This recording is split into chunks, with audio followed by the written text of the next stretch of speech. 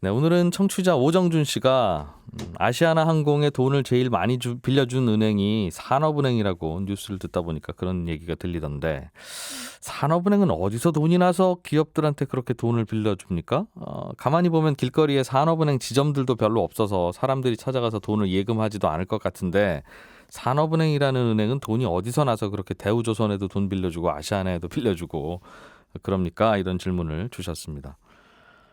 예, 보통 은행들은 예금을 받아서 그 돈으로 대출을 해주죠. 그런데 산업은행은 예금하러 오는 분들이 많지 않기 때문에 채권을 발행해서 돈을 조달합니다.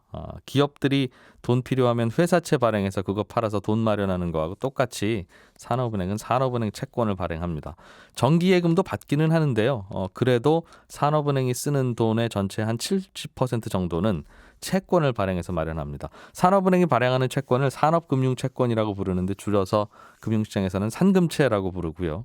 요즘 산금채 이자율이 연 2.4% 정도입니다. 시중은행에서 제일 이자 많이 주는 인터넷 은행의 이자율이 그 정도거든요. 그런데 은행은 뭐 망할 일이 많지는 않습니다만 갑자기 망하면 5천만 원까지만 보호받을 수 있는데 산업은행은 정부가 100% 지분을 갖고 있는 은행이어서 산업은행이 발행하는 채권은 부도날 염려가 없습니다. 그래서 생각해보면 은행 정기예금보다 이자도 많지 돈 떼일 염려도 없지 하니까 여윳돈 뭉칫돈 있는 투자자들이 이 산업금융채권 산금채를 많이 삽니다. 산업은행은 그렇게 조달한 돈으로 좀 부실하긴 한데 그래도 우리나라 기간산업이라고 할 수 있는 기업들한테 은행들이 돈 안 빌려줄 때 산업은행은 돈을 빌려줍니다. 그래서 늘 부실한 대기업이 문제될 때는 뉴스를 잘 들어보면 거의 예외 없이 산업은행이 주채권은행이라는 말이 나옵니다. 시중은행들은 돈을 안 빌려주려고 하고 근데 그렇다고 그 회사 문 닫게 하면 실업자들 많이 생길 것 같고 그러다 보면 이제 어쩔 수 없이 산업은행이 빌려주고 살아날 때까지 계속 지원을 하게 되는 건데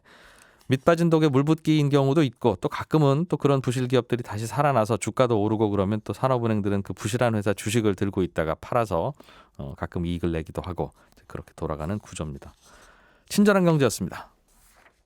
알아야 될 것들 많이 안내를 해주고 눈높이에 딱 맞는 만인의 경제 과외 선생님